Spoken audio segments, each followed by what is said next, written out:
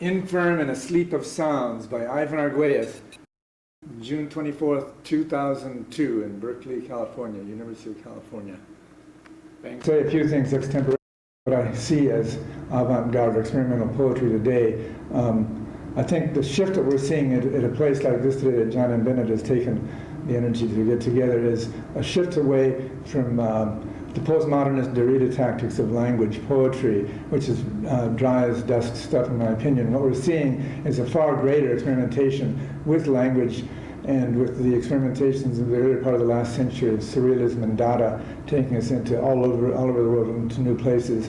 A lot of it is visionary and a lot of it is visual, as you'll see in other works of this presentation.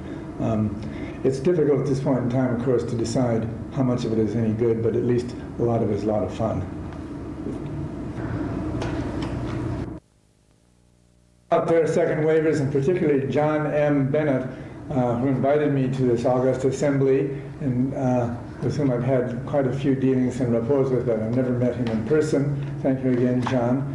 I am Ivan Argüelles. I think many of you have heard of me. I've had a lot of publications out there.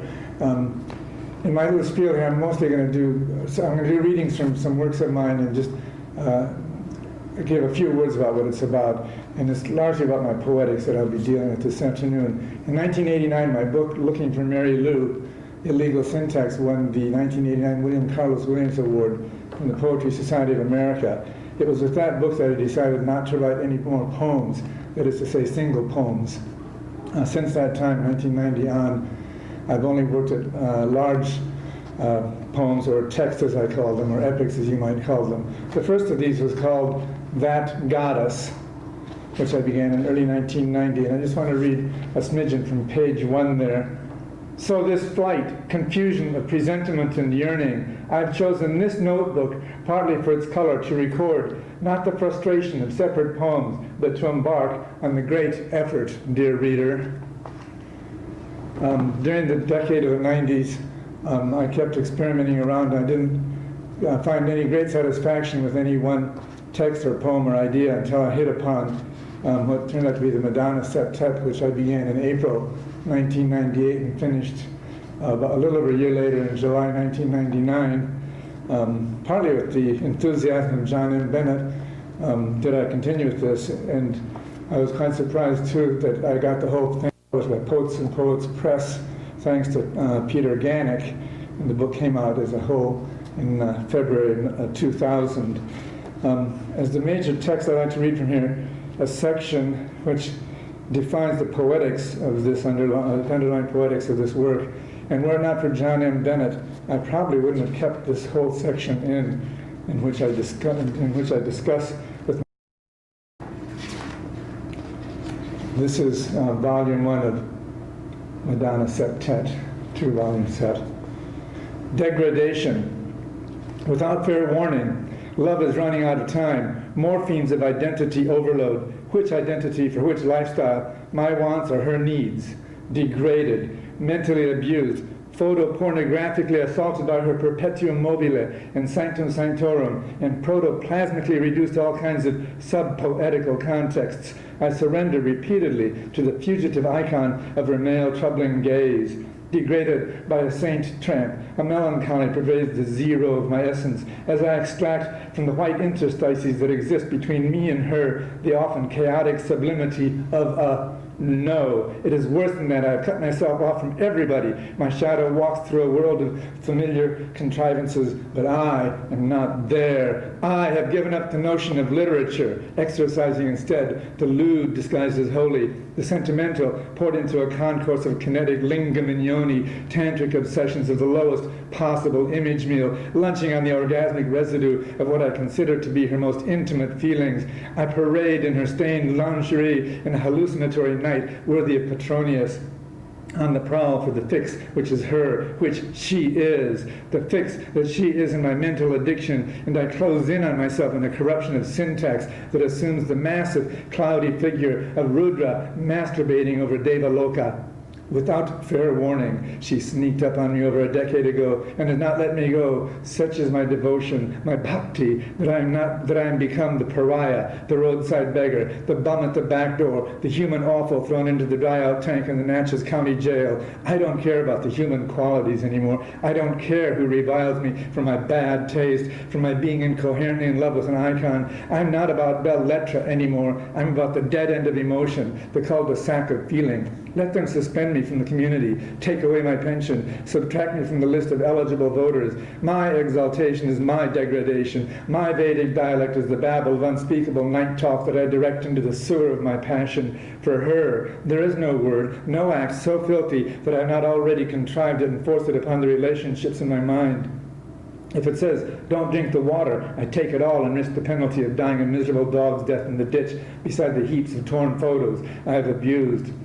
Her exaltation is my degradation. Whoever she is, walking and talking, childbearing, nursing, caring, filled at times with noble feelings, I am there, the shadow of her license to be anything and without inhibition, until disgusted with my own moral turpitude, I lay the head down on the lonesome railroad iron and wait for the last train to Memphis.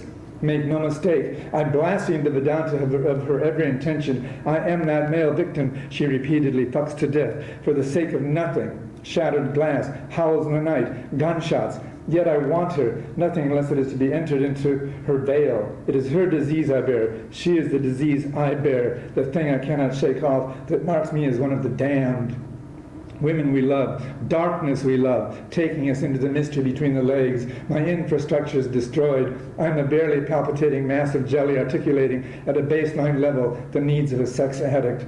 She is Purissima, my need, my sex addiction, my Purissima sex addict. The poem in itself is a form of degradation. Subtracted from the curriculum of definable aesthetics, it operates at a subcortical level, reveling in the jungle of sexual miasma and turbulence. Its incoherence, its shortness of breath, its lack of direction, while it races into wall after wall, all these qualities attest to its author's dementia, Madana Darshan, Madana Masjid, Madana Mandir. From a Vedic darkness, uncontrollable, unwholesome, unhealthy, stagnant, mephitic detritus, my thoughts have no pattern, unless it is the attempt to derail repeatedly the good that dwells innate. Cervelle d'amour, her blonde brains that I attach to my lack of syntax. Of that comes the lyric potentiality, the Mahakavita, the great work and the fane of degradation. I remain stupefied as love is running out of time. Discourse analysis to the contrary, I cannot interpret her, but as if the at times violent, lyrical super-reality of a cosmic dream in which I am temporarily embedded, nor can I imagine her in the quotidian sublunar world of the supermarket and neighborhood library. Such things cannot be. She is the poem, the embodiment of the muse who has yanked me utterly by the hair in the midnight session of my own inchoate lack of supervision. Ego transcendence, I have become in and out of her. The planets go their ways, infinitesimal and unconscious. I am free now. I am free now because admitting to her overriding power, nothing remains to me. Why can't I have her? She appears to me almost naked on page 67 of the July 9th to 23rd, 1998 issue of Rolling Stone. That purple light in the background, the heart in the palm of her raised left hand, the whirl of electronic halos in crown imaged about her head, those staring opened eyes, the mystery of her tangled hair, the nipples blurred beneath the gauze white film of cloth. I'm free now. The afternoon yawns its existential ennui void before me. Nothing remains. Will she ever know this? As I mentioned John and Bennett before, he and I have been in correspondence over several decades. And about the time I was doing the Madonna septet, we started doing electronic male poems with each other, one of which turned out to be a rather grand, long, multilingual poem called Chop Prostibulario.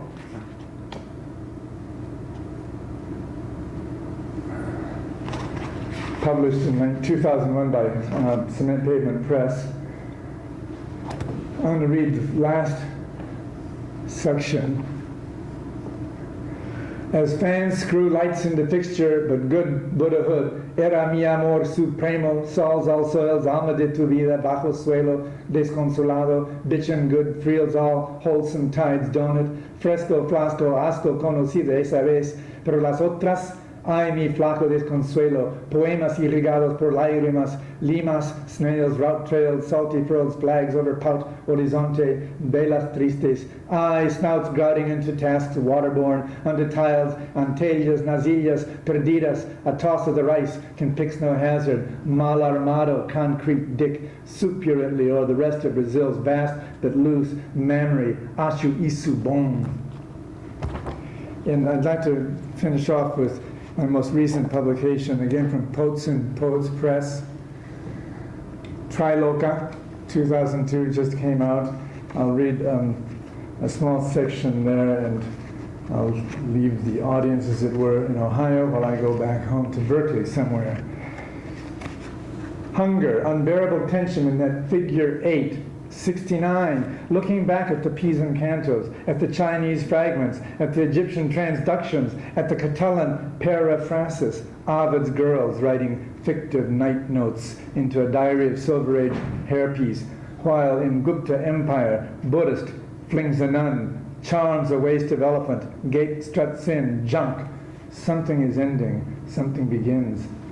Bone white the pallor of your cheek, skin and disposable units of teleportable light strands, until the effort is worth the ejaculation it takes to reach planet Saturn last Wednesday in time travel.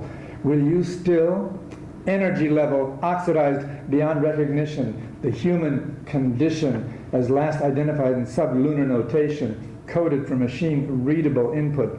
Why won't you answer? Functions that demurs to say why they're replete with old clothes, stuff, gaiters, garters, bras, silk, unmentionable perfume, censored candy, stale, stuck to liner notes, an envelope of hair blonde before his peroxided ghost white, a snapper to a brace of death, 3 cartridges, each whited in the last breath, and all packed into an isothermic trunk labeled peligro.